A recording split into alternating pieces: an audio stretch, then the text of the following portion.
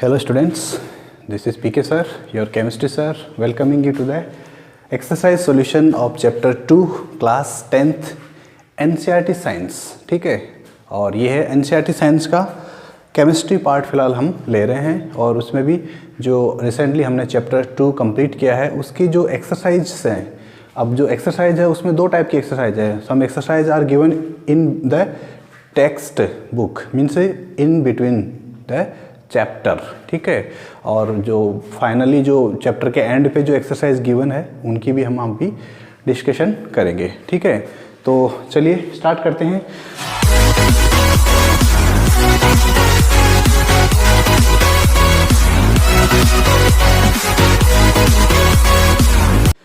ये जो एक्सरसाइज होगा ये आप लोगों के लिए हेल्पफुल होगा। किसके लिए? जो फाइनल एग्ज़ाम के समय जब आप लोगों के पास टाइम बहुत कम होता है और आपको ज़रूरत होती है क्विक रिवीजन की, तो मेरा विश्वास है you can trust me that इनको देखने के बाद एग्ज़ाम के टाइम पे एटलीस्ट क्विक रिवीजन के समय आपको ये बहुत हेल्प करेगा और बहुत फ़ायदा होगा इससे आपको। ठीक है, तो चलिए बात करते हैं क्वेश्चन इन टेक्स्ट क्वेश्चंस की। इन टेक्स्ट क्वेश्चन का मतलब जो पेज नंबर 18 पे क्वेश्चन गिवन है, पेज नंबर 18 पे जो क्वेश्चन गिवन है उसकी बात कर रहे हैं हम फिलहाल। ठीक है, अच्छा, इससे पहले जो पुरानी चीज़ें हैं इस चैप्टर में उनको देखने के लिए हम आई बटन पे क्लिक करके देख सकते हैं। ठीक है, तो जो चैप्टर के रिलेटेड जो वीडियोस है उनको देखने के लिए आई बटन पे क्लिक कर सकते हैं। Okay, so let's begin the journey. चलिए, तो क्वेश्चन नंबर पेज नंबर 18 है और पेज नंबर 18 के ऊपर एक क्वेश्चन आपको गिवन है। क्वेश्चन क्या है देखिए, you are given 3 test tubes, the 3 test tubes contain distilled water, acidic solution and the basic solution respectively. Okay, there is only red litmus paper available in order to identify what is there in each test tube. How will you find out what is in each of the test tubes? यानी कि ये question है कि आपको एक test tubes का set given है। ठीक है, टेस्ट ट्यूब का सेट गिवन है और उन टेस्ट ट्यूब्स के अंदर 3 डिफरेंट केमिकल नेचर के सॉल्यूशंस गिवन है, और फिर आपसे पूछा गया है कि इन डिफरेंट नेचर के जो सॉल्यूशंस है इनको आप आइडेंटिफाई कीजिए कि कौन से वाली टेस्ट ट्यूब में कौन सा सॉल्यूशन है। ठीक है, आपको जो सॉल्यूशन गिवन्स हैं वो कौन कौन से हैं? एसिडिक सॉल्यूशन गिवन है आपको, एसिडिक सॉल्यूशन गिवन है आपको। नेक्स्ट आपको बेसिक सॉल्यूशन गिवन है, basic solution, and the third one is neutral solution given है। ठीक है, ये 3 टेस्ट ट्यूब है जिनके अंदर जो है कुछ लिक्विड्स फिल किया हुआ है। ठीक है, कुछ सॉल्यूशंस फिल किया हुआ है। ठीक है, neutral solution, acidic solution and basic solution. अब आपको क्या बोला है कि आपके पास में सिर्फ एक लिटमस पेपर है और वो जो लिटमस पेपर है वो है रेड। ठीक है, तो अब इस रेड लिटमस पेपर की हेल्प से ही आपको फाइंड आउट करना है कि कौन सी टेस्ट ट्यूब में किस टाइप का सॉल्यूशन है। ठीक है, तो देखिए आपको ये जो लिटमस पेपर का टेस्ट होता है उसके बारे में पता होना चाहिए। सबसे पहले लिटमस पेपर का जो टेस्ट है वो क्या कहता है कि अगर कोई एसिडिक सॉल्यूशन है, तो एसिडिक सॉल्यूशन जो होता है वो ब्लू लिटमस पेपर को एसिडिक सॉल्यूशन जो है वो रेड में कन्वर्ट कर देता है, यानी कि उसका कलर चेंज कर देता है। ब्लू लिटमस पेपर का जो कलर है वो चेंज कर देता है रेड में। कौन? Acidic solution. ठीक है, यहाँ पर क्या है? एसिडिक सॉल्यूशन है। अब इसका अपोजिट जो है वो क्या करता है? इसका जो अपोजिट होता है वो क्या करता है? रेड लिटमस पेपर को ब्लू लिटमस पेपर में कन्वर्ट कर देता है, और ऐसा जो काम करने वाला होता है उसको हम बोलते हैं बेसिक सॉल्यूशन। उसको हम क्या बोलते हैं? Basic solution. अब रही बात न्यूट्रल सॉल्यूशन की कि न्यूट्रल सॉल्यूशन क्या करता है, तो ध्यान रखिएगा, neutral solution is not affected by any type of litmus paper, यानी कि लिटमस पेपर का किसी न्यूट्रल सॉल्यूशन पे कोई इफेक्ट नहीं होता है। ठीक है, अब देखिए हमारे पास एक रेड लिटमस पेपर है इस टाइप का। हम उस रेड लिटमस पेपर को क्या करते हैं? इन सॉल्यूशंस में डिप करते हैं, ठीक है। फर्स्ट एग्जाम्पल, फर्स्ट टाइम हमने मान लीजिए इसके अंदर इसको हमने ए नाम दे दिया, इसको बी दे दिया, इसको सी दे दिया। हमने फर्स्ट जो है उसको चेंज करने के लिए, उसको चेक करने के लिए हमने ए टेस्ट ट्यूब के अंदर उसको डिप किया, ठीक है। अगर उसका कलर चेंज हो जाता है, अगर उसका कलर चेंज हो जाता है तब तो कंफर्म है कि रेड से अगर वो ब्लू में हो गया है तो इसका मतलब है कि वो बेसिक सॉल्यूशन है, ठीक है। यानी अगर रेड लिटमस पेपर किसी एक टेस्ट ट्यूब सॉल्यूशन में कलर चेंज कर देता है तो इसका मतलब उस टेस्ट ट्यूब के अंदर वो क्या है, बेसिक सॉल्यूशन है, अल्कलाइन सॉल्यूशन जिसको हम बोलते हैं। सपोज कीजिए हमने मान लिया कि इसके अंदर जो है रेड वाला जो है वो क्या हो गया, ब्लू हो गया, तो हमने इसको आइडेंटिफाई कर लिया कि यस इसके अंदर बेसिक सॉल्यूशन है, ठीक है। अब आपके पास जो रेड लिटमस पेपर था वो तो ब्लू हो गया, अब उस ब्लू को क्या करेंगे, ये तो हमारे यहाँ से अलग हो गया, इसको तो हमने आइडेंटिफाई कर लिया, इसको टेस्ट ट्यूब को अलग कर देते हैं। अब हमारे पास में जो लिटमस पेपर है उसका कलर तो ब्लू है, अब ब्लू का कलर, अब ए और सी टेस्ट ट्यूब बच गया हमारे पास। ए और सी को क्या करते हैं, ब्लू लिटमस पेपर जो अब बन गया है उसके साथ एक्सपेरिमेंट करते देखते हैं। तो ये जो अगर ए वाला टेस्ट ट्यूब अगर वो उस ब्लू लिटमस पेपर को अगर रेड कर देता है, अगर ये रेड कर देता है तो इसका मतलब ये है कि ए में एसिडिक सॉल्यूशन है, ए में एसिडिक सॉल्यूशन है। अब ए सॉल्यूशन एसिडिक हो गया, पता चल गया। बी वाले टेस्ट ट्यूब में बेसिक सॉल्यूशन है, पता चल गया। अब जो सी वाला सॉल्यूशन है उसको हमने डिप करके देखा तो सी में कोई इफेक्ट नहीं, यानी कि no effect at all, no effect at all. अगर उसमें कोई इफेक्ट नहीं होता है, अगर उसमें कोई इफेक्ट नहीं होता है तो इसका मतलब ये है कि ये जो सी वाला है वो कौन सा है, न्यूट्रल सॉल्यूशन है। तो ये तरीका है जिसकी हेल्प से आप आइडेंटिफाई कर सकते हैं कि जो कौन से टेस्ट ट्यूब में कौन सा सॉल्यूशन है, ठीक है। चलिए ये था आपके लिए क्वेश्चन। अब देखिए इसके बाद में क्या होता है, क्वेश्चन नंबर पेज नंबर 22 पे आइए, पेज नंबर 22। पेज नंबर 22 पे एक क्वेश्चन गिवन है, आप क्वेश्चन देख सकते हैं। Why should curd and sour substances not be kept in brass and copper vessels. Brass और कॉपर वेसल्स की हम बात कर चुके हैं। ब्रास क्या होता है, कॉपर वेसल क्या होता है। कॉपर भी एक मेटल है और ब्रास जो है उसमें भी क्या है, दो मेटल होती है, स्पेशली जो है कॉपर और जिंक, ठीक है। अब इनके बने हुए जो कंटेनर्स होते हैं उनके अंदर कार्ड को क्यों नहीं रखना चाहिए। तो देखिए कार्ड जो होता है, कार्ड के अंदर एक एसिड होता है। कार्ड के अंदर क्या होता है, एक एसिड होता है, लैक्टिक एसिड। और ये जो लैक्टिक एसिड होता है ये क्या करता है, मेटल के साथ, कार्ड का जो लैक्टिक एसिड है, card plus metal, specially copper, metal में भी कौन सा, कॉपर का सिंबल मैं लिख रहा हूँ यहाँ पे डायरेक्ट, कॉपर या फिर ब्रास का मतलब कॉपर और जिंक का एलॉय। तो कार्ड और मेटल जो है जब इनके साथ में इनको मिक्स कर देते हैं तो इन दोनों के बीच में क्या होता है, केमिकल रिएक्शन होता है, okay. And because of that chemical reaction ये जो कार्ड होता है, या जरूर नहीं आप कार्ड ही लो, हो सकता है कोई खट्टी चीज़ ले लो, जैसे लेमनेड बनाते हैं सोर सब्सटेंस के फॉर्म में, तो वो जो सोर सब्सटेंस है वो भी क्या कर सकता है, इस केमिकल रिएक्शन से क्या हो जाता है, उसका जो केमिकल बिहेवियर है वो चेंज हो जाता है और वो पॉइजनस बन सकता है, दैट मे बी पॉइजनस, ठीक है।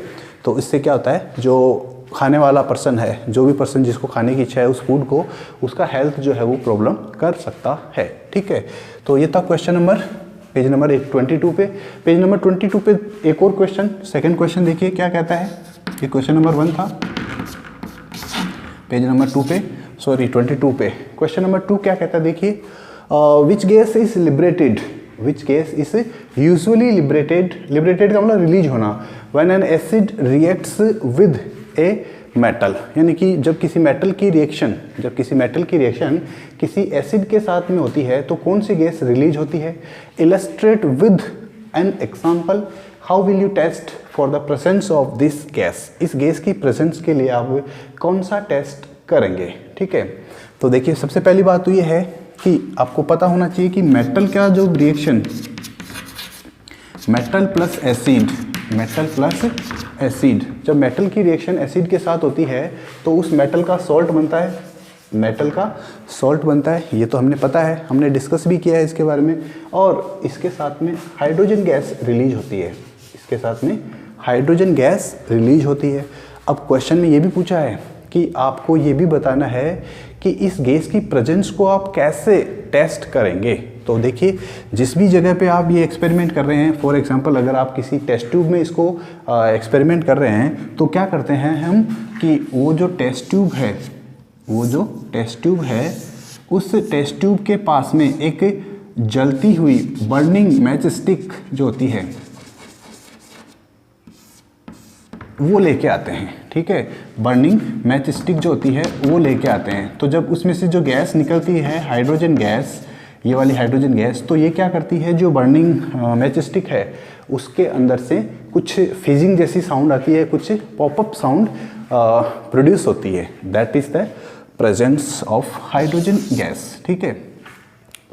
एक साउंड होती है, अलग ही टाइप की साउंड होती है, पॉपअप साउंड जिसको हम बोलते हैं, तो वो साउंड यहाँ पे प्रोड्यूस होती है। इसी पेज पे देखिए क्वेश्चन नंबर 3, पेज नंबर 22 पे क्वेश्चन नंबर 3 देखिए, metal compound A reacts with dilute hydrochloric acid, metal compound A reacts with dilute hydrochloric acid to produce effervescence, the gas evolved extinguishes a burning candle, write a balanced chemical equation for the reaction if one of the compounds formed is calcium chloride।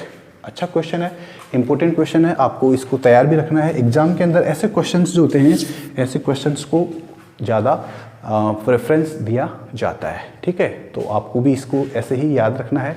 हमारे को questions के अंदर जो hint दिया हुआ है वो ये है कि यहाँ पर बनने वाला जो सब्सटेंस है उसका नाम दिया है, हमें क्वेश्चन के अंदर नाम दिया हुआ है, और हमें ये भी बोला गया है कि जो मेटल है वो मेटल रिएक्शन करती है, मेटल जो है मेटल कंपाउंड है, मेटल का कंपाउंड है, कोई मेटल का कंपाउंड है और उसको ए नाम दिया गया है, और ये रिएक्शन करता है HCl के साथ।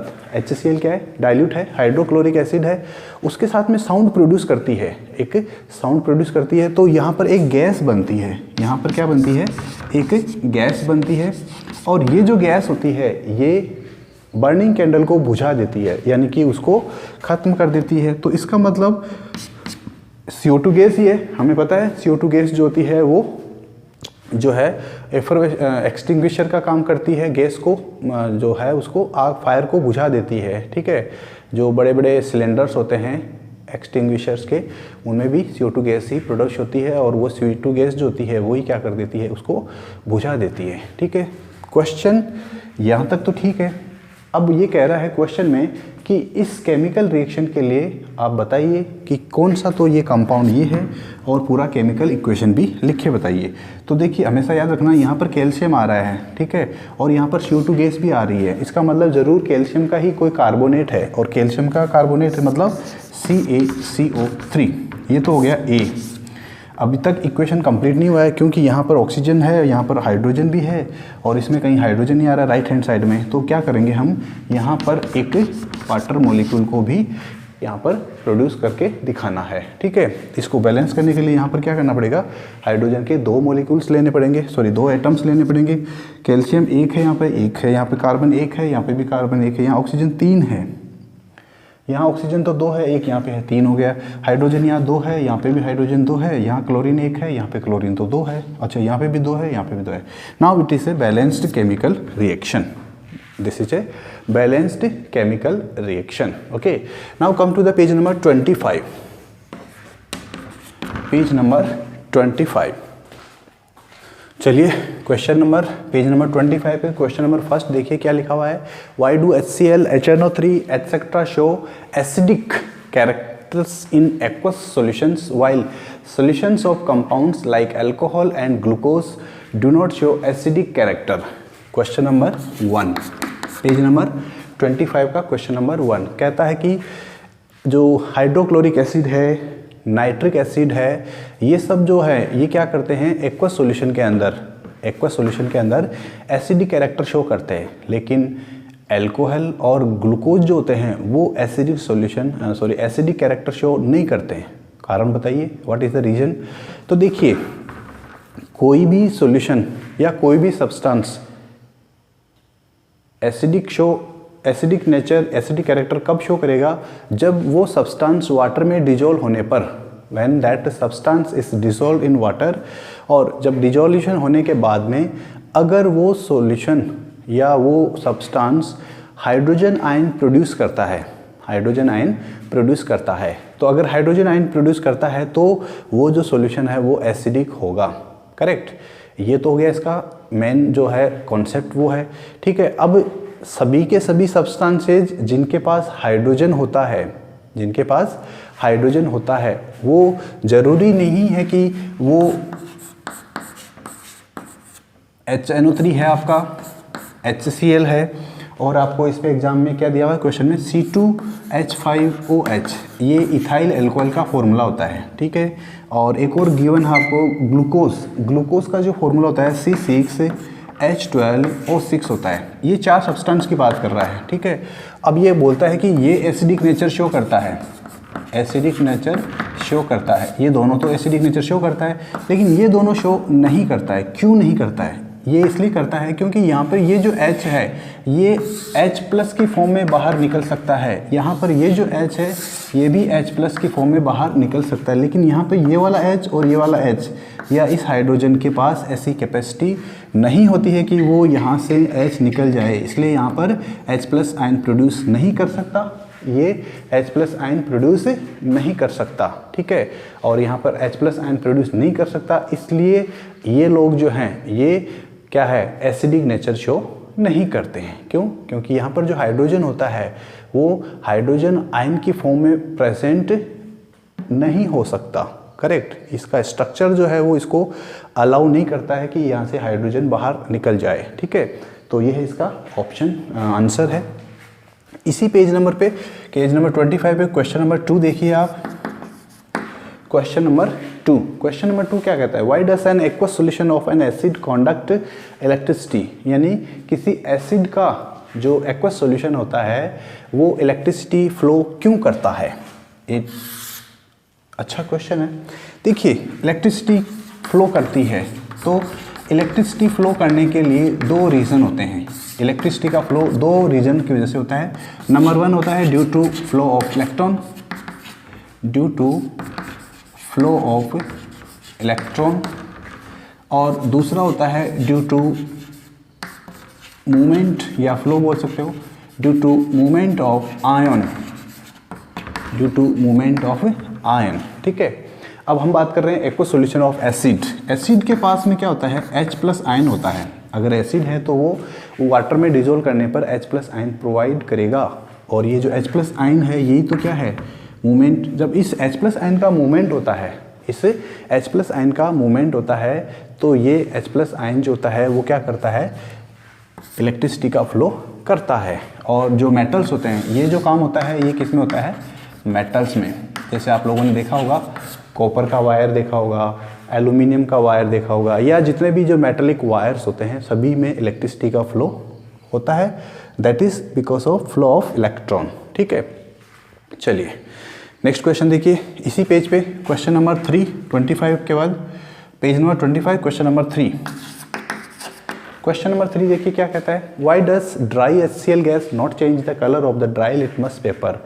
बहुत ही अच्छा क्वेश्चन है कि जो ड्राई HCl गैस होती है, हाइड्रोक्लोराइड गैस या हाइड्रोक्लोरिक जो गैस होती है, वो ड्राई लिटमस पेपर को चेंज क्यों नहीं करती, उसका कलर चेंज क्यों नहीं करती है। तो देखिए, HCl जो गैस होती है उसके अंदर H+ का फॉर्मेशन नहीं होता है, does not provide H+ ion. H+ जो है हाइड्रोक्लोरिक जो गैस है वो आपको हाइड्रोजन आयन प्रोड्यूस नहीं करके देती है। अगर हाइड्रोजन आयन प्रोड्यूस नहीं होंगे तो उसका जो नेचर है, उस हाइड्रोक्लोरिक गैस का जो नेचर है वो एसिडिक नहीं होगा। और हमें पता है कि अगर एसिडिक नहीं है तो जो लिटमस पेपर है उसके ऊपर कोई इफेक्ट नहीं आएगा। ठीक है, नेक्स्ट इसी पेज पे एक और क्वेश्चन गिवन है, क्वेश्चन नंबर 4। क्वेश्चन नंबर 4 क्या कहता है, while diluting N acid dilute करने का मतलब होता है वाटर मिक्स करना। whenever we are talking about dilution then that means we are adding water in that solution, ठीक है। so while diluting an acid, why is it recommended that the acid should be added to water and not water to the acid? यहाँ पर एक important concept आता है, उसको हम बोलते हैं एक्सोथर्मिक रिएक्शन का। ये आप लोगों ने क्लास 10th चैप्टर 1 में पढ़ा होगा, exothermic reaction and endothermic reaction. Exothermic reaction and endothermic reaction, ठीक है। एक्सोथर्मिक रिएक्शन का मतलब ऐसी रिएक्शन होती है जिसके अंदर हीट रिलीज होती है, एक रिएक्शन जिसके अंदर हीट रिलीज होती है, यानी कि हीट बाहर निकलती है, उसको हम बोलते हैं एक्सोथर्मिक रिएक्शन। अब देखिए, जैसे मान लीजिए आपके पास में ये एक टेस्ट ट्यूब है और इस टेस्ट ट्यूब के अंदर आपने एसिड फिल कर रखा है। सपोज एसिड फिल कर रखा है, इसके अंदर कोई एसिड है और इसके अंदर अगर आप वाटर फिल करते हैं, यानी कि आप क्या कर रहे हैं, इस एसिड का डाइल्यूशन कर रहे हैं by mixing water, by adding water.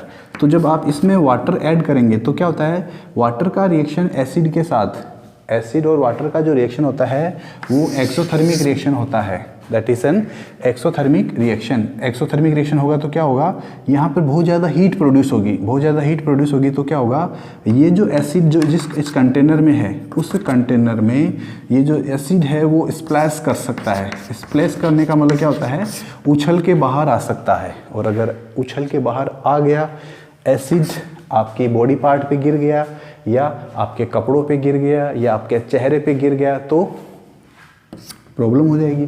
तो इसलिए it is always recommended that you should add acid in water. यहाँ पर हमने क्या किया, वाटर इन एसिड किया, लेकिन इसका अपोजिट होना चाहिए, इसका अपोजिट करना चाहिए, ठीक है।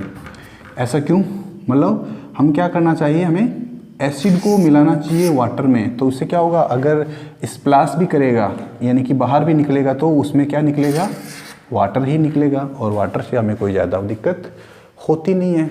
चलिए, ये भी इजी क्वेश्चन था, इजी भी था, इंपॉर्टेंट भी था। Again on the same page number 25, question number 5, how is the concentration of hydronium ions H3O+ affected when A solution of N acid is diluted. अच्छा क्वेश्चन है, देखिए क्या कह रहा है। जैसे मान लीजिए ये आपके पास में एक बीकर है,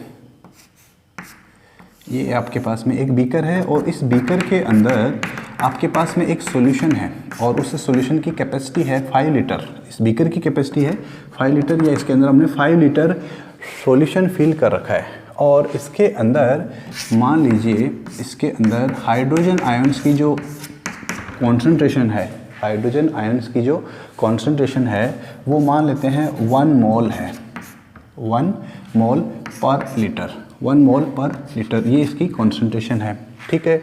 अब आपने क्या किया, क्वेश्चन में आपसे क्या पूछ रहा है कि जब आप किसी एसिड के सॉल्यूशन को डाइल्यूट करते हैं, डाइल्यूशन या डाइल्यूट करने का मतलब होता है कि आपने इसके अंदर वाटर मिक्स किया, क्या किया, इसमें वाटर मिक्स किया। मान लीजिए आपने वाटर मिक्स कर दिया इसमें, तो पहले 5 लीटर का था टोटल सॉल्यूशन, अब आपने उसके अंदर 5 लीटर और मिला दिया, टोटल हो गया 10 लीटर।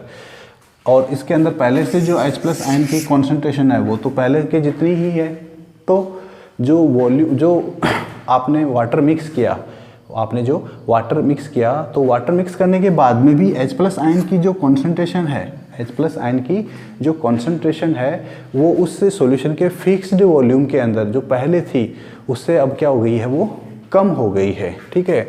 तो हम क्या कहेंगे यहाँ पर कि जो कॉन्सेंट्रेशन है H+ आयन का जो कॉन्सेंट्रेशन है अब वो क्या हो गया है, डिक्रीज हो गया है। क्यों, क्योंकि कॉन्सेंट्रेशन को कैलकुलेट करने के लिए कैसे कैलकुलेट करते हैं, number of moles of that substance, कोई भी सब्सटेंस जिसकी बात करें हम, upon divided by total volume. अब आपने वॉल्यूम तो चेंज कर दिया, वॉल्यूम ऑफ सॉल्यूशन तो जो है आपने चेंज कर दिया है, तो अगर आपने वॉल्यूम ऑफ सॉल्यूशन तो चेंज कर दिया, यानी कि इसको तो आपने इंक्रीज कर दिया, देखिए 5 से 10 कर दिया, लेकिन number of moles of substance ये तो उतना का उतना ही है, तो इसका मतलब ये तो कोई चेंज नहीं हुआ। अगर इसको आपने चेंज किया तो ये भी चेंज होगा, इसको इंक्रीज किया तो ये डिक्रीज होगा। तो ये एक रिलेशन है, डायरेक्टली याद रखना है कि जब आप किसी एसिडिक सॉल्यूशन के अंदर उसका डाइल्यूशन करते हैं तो उसके अंदर जो हाइड्रोजन आयन की कॉन्सेंट्रेशन है, हाइड्रोजन आयन को ही हम हाइड्रोनियम आयन से भी रिप्रेजेंट कर सकते हैं, दैट इज़ डिक्रीज्ड। ठीक है, तो कॉन्सेंट्रेशन क्या हो जाता है, डिक्रीज हो जाता है। क्वेश्चन नंबर 6 देखिए इसी पेज पे, क्वेश्चन नंबर 6 पेज नंबर 25 क्या कहता है, how is the concentration of hydroxide ions OH minus affected when excess base is dissolved in a solution of sodium hydroxide। Sodium hydroxide का एक आपके पास सॉल्यूशन है और उसके अंदर आपने एक बेस को मिक्स किया, तो उससे हाइड्रोक्साइड आयन की जो कॉन्सेंट्रेशन है वो कैसे अफेक्ट होती है।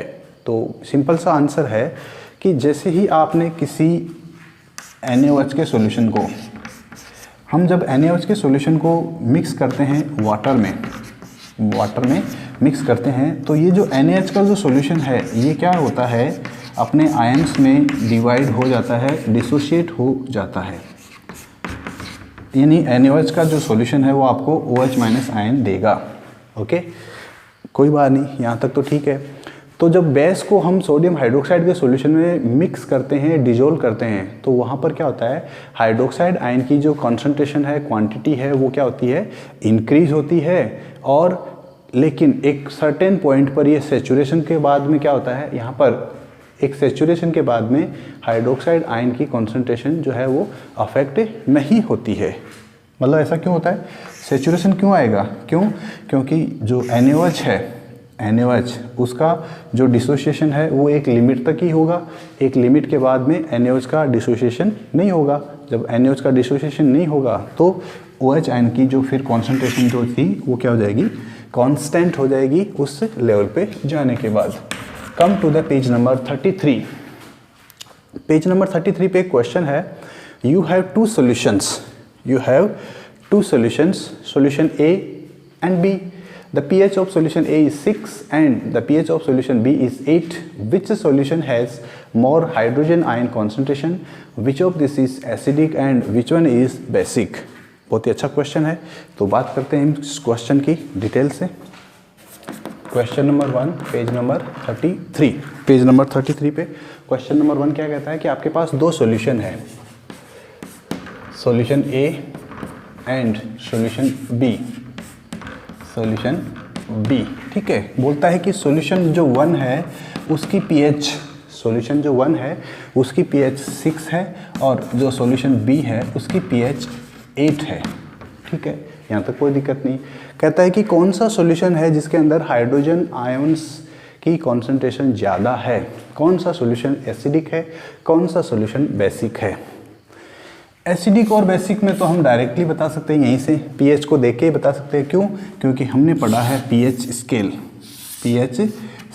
और ये जो pH स्केल होता है बराबर है, देख लेना भाई थोड़ा सा, ठीक है, बराबर रखना है। ये है आपका 0 pH और यहाँ पर आता है आपका 14 pH और ये है बीच में 7 pH। ठीक है, 0 से लेकर 7 का जो एरिया होता है उसको हम बोलते हैं एसिडिक pH, और 7 से लेके जो आपका 14 तक का जो एरिया होता है, रीजन होता है, उसको हम बोलते हैं बेसिक pH। ठीक है, 7 से लेके 14 तक का जो एरिया है उसको हम बोलते हैं बेसिक pH, और एग्जैक्टली अगर 7 ही है तो उसको हम बोलते हैं न्यूट्रल, न एसिडिक न बेसिक, न्यूट्रल। ठीक है, ये कहता है कि pH 6 है, pH 6 तो 7 से कम है ना, तो 0 से लेकर 7 के बीच में जो होता है वो तो एसिडिक है, तो यहाँ तो आंसर आ गया एसिडिक है, यानी कि सॉल्यूशन A है वो आपका एसिडिक है। सॉल्यूशन B की बात करते हैं, pH 8, 7 से तो ज़्यादा है, इसका मतलब सॉल्यूशन ये कैसा हो जाएगा, बेसिक हो जाएगा। बट हमारा क्वेश्चन तो अभी भी एक और बचा हुआ है। क्वेश्चन में ये पूछा था कि हाइड्रोजन आयन की कॉन्सेंट्रेशन किस में ज़्यादा होगी, तो इसके लिए आपको एक रूल याद रखना है, एक कॉन्सेप्ट याद रखना है कि हाइड्रोजन आयन का कॉन्सेंट्रेशन और जो pH होती है वो दोनों एक दूसरे के इन्वर्सली प्रोपोर्शनल होती है। अब ये क्या होता है, इन्वर्सली प्रोपोर्शनल क्या होता है भाई, इन्वर्सली प्रोपोर्शनल का मीनिंग ये होता है कि अगर दो फिजिकल क्वांटिटीज़ में इन्वर्सली प्रोपोर्शनल का रिलेशनशिप होता है तो उसका मीनिंग ये होता है कि अगर एक क्वांटिटी को आप इंक्रीज करते हैं तो दूसरी क्वांटिटी उसी रेशियो में डिक्रीज हो जाती है, या अगर एक क्वांटिटी को आप डिक्रीज करते हैं तो दूसरी क्वांटिटी इंक्रीज हो जाती है। In the same way here pH में और H प्लस आयन के अंदर भी यही कॉन्सेंट रिलेशनशिप होता है। आप चाहो तो लिख सकते हो इसको इस तरह से, inversely proportional upon 1 upon pH. ये जो रिलेशन होता है H plus ion concentration is inversely proportional to the pH. मतलब पीएच ज़्यादा होगी जिसकी, उसके पास हाइड्रोजन आयन कॉन्सेंट्रेशन कम होगी।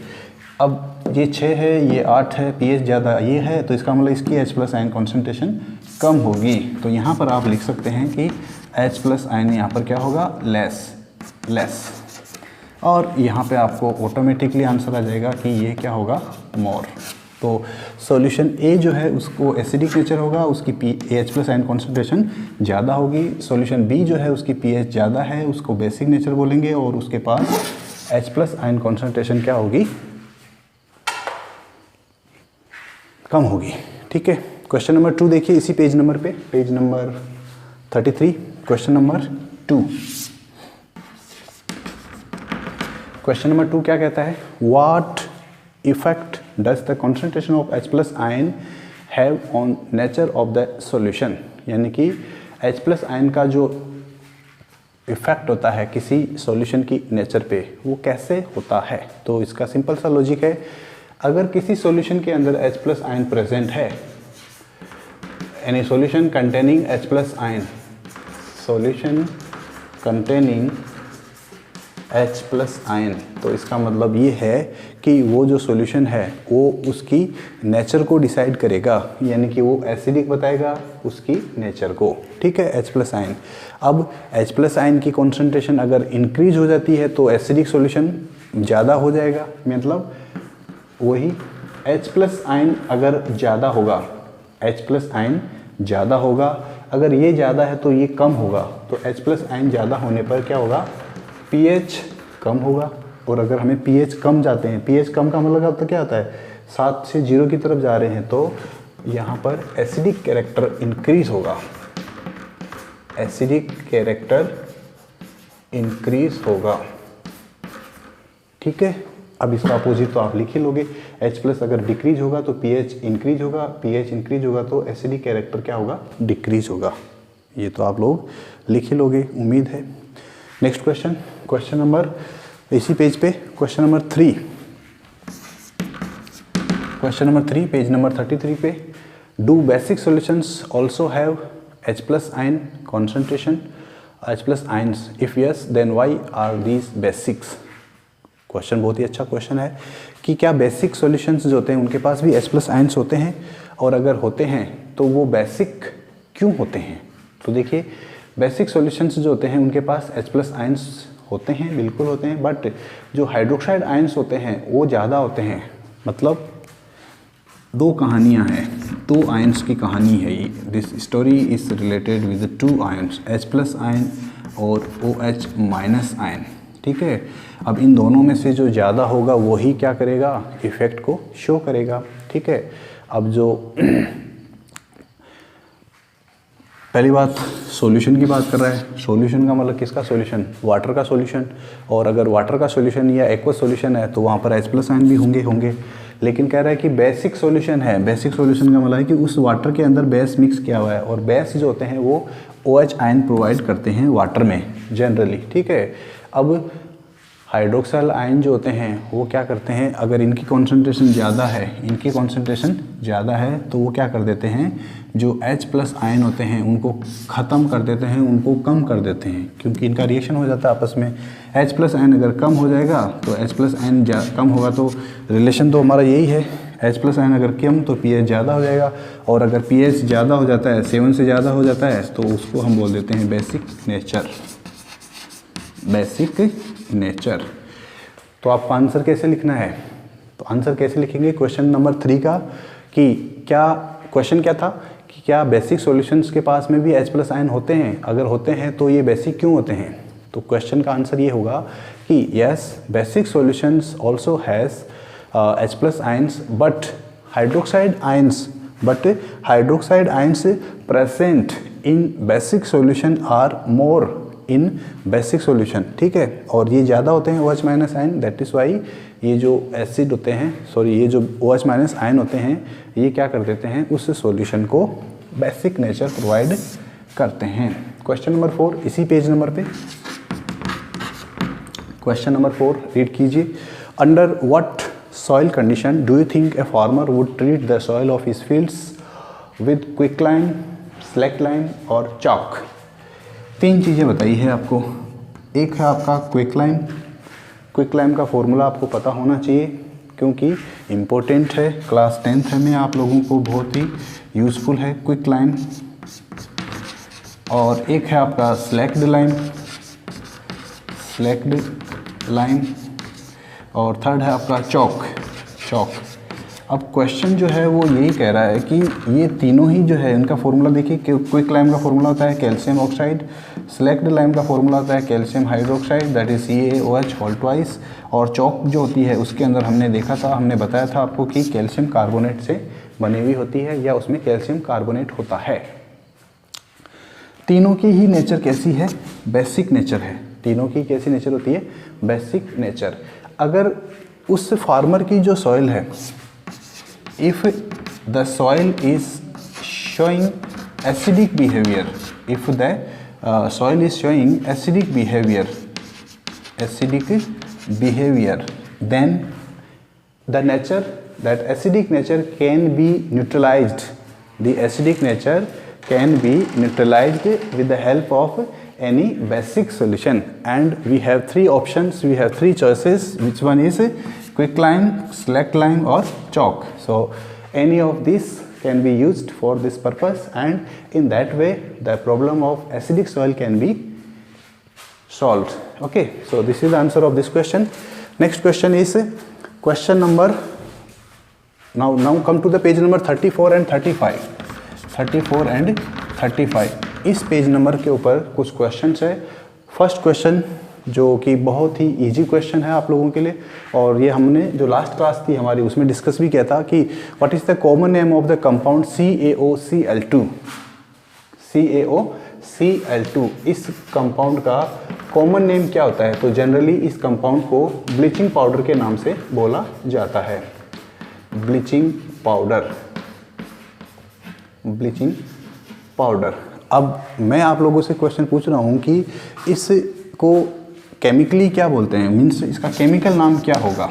ये मैंने आपको लास्ट क्लास में डिस्कस किया था, बताया था that what is the chemical name of this bleaching powder, chemical name, and the answer of this question should be given in the comment section और chat box. Okay, next question on the same page number 34 to 35, name the substance which on treatment with chlorine yields bleaching powder. यानी कि question में ये बोल रहा है कि आपको ब्लीचिंग पाउडर बनाना है। क्वेश्चन में बोला है कि ब्लीचिंग पाउडर बनाना है, और फिर कहता है कि आपको किस सब्सटेंस के साथ में इसकी रिएक्शन करानी चाहिए, क्लोरीन के साथ। तो क्वेश्चन देखिए आपका, चलिए मैं यहाँ लिख देता हूँ। ये है आपका CaOCl2, ये तो है आपका ब्लीचिंग पाउडर, और इस ब्लीचिंग पाउडर की रिएक्शन आपको किसके साथ करवानी है, ब्लीचिंग पाउडर आपको बनाना है और आपको रिएक्शन करने के लिए कह रहा है क्लोरीन के साथ में। किसके साथ में होनी चाहिए? तो देखिए यहाँ पर कैल्शियम आ रहा है, ऑक्सीजन भी आ रहा है, और इसकी रिएक्शन अगर आप कैल्शियम हाइड्रोक्साइड के साथ कराते हैं तो यहाँ पर वाटर भी बनता है। तो ये रिएक्शन है कैल्शियम ऑक्सीक्लोराइड या कैल्शियम हाइपोक्लोराइड, जिसको हम ब्लीचिंग पाउडर बोलते हैं, उसके साथ में रिएक्शन के लिए। ठीक है, तो आंसर क्या हो जाएगा? ये इसका केमिकल रिएक्शन है केमिकल इक्वेशन के साथ में। ये इंपॉर्टेंट है, आपको इसको भी लर्न करना है। whenever you are studying any chemical reaction, at the same time you have to prepare, you have to study the chemical equation also. Question number 4 on the same page, that is, what will happen if a solution of sodium hydrocarbonate is heated? ये question में मैंने बताया था कि जब भी कोई carbonate या हाइड्रोजन कार्बोनेट हीट करते हैं तो हमेशा कार्बन डाइऑक्साइड गैस रिलीज होगी, CO2 gas is always released. ठीक है, अब क्या बोल रहा है क्वेश्चन में कि इसका इक्वेशन भी बताइए। हमें तो साफ साफ दिया हुआ है कि सोडियम हाइड्रोजन कार्बोनेट जो होता है उसको आपने हीट किया, सोडियम हाइड्रोजन कार्बोनेट है उसको आपने हीट किया, तो इसके साथ में क्या होता है, तो यहाँ पर देखिए CO2 गैस बनती है, साथ में Na2CO3 बनता है, और जो हाइड्रोजन जो होता है वो वाटर की फॉर्म में बाहर निकलता है। ठीक है, सो this is the chemical equation for heating of sodium hydrogen carbonate. Question आप लोगों के लिए है कि सोडियम हाइड्रोजन कार्बोनेट जो होता है इसका कॉमन नेम क्या है, what is the common name of this sodium hydrogen carbonate. ठीक है, next question, question number 5, right an equation two show the reaction between plaster of Paris and water. Plaster of Paris की जो reaction है वो हमें water के साथ में करनी है। तो देखिए प्लास्टर ऑफ पेरिस की जो बनाने की रिएक्शन है, प्लास्टर ऑफ पेरिस बनाने के लिए हम क्या करते हैं, कैल्शियम सल्फेट डॉट 2H2O, ये जिप्सम होता है, इस जिप्सम को क्या करते हैं हम हीट करते हैं 373 केल्विन पर। इम्पोर्टेंट यहाँ पर क्या है, टेम्परेचर, टेम्परेचर ऑलवेज 373 केल्विन। इसी टेम्परेचर पर आपको क्या करना है, इसको हीट करना होता है।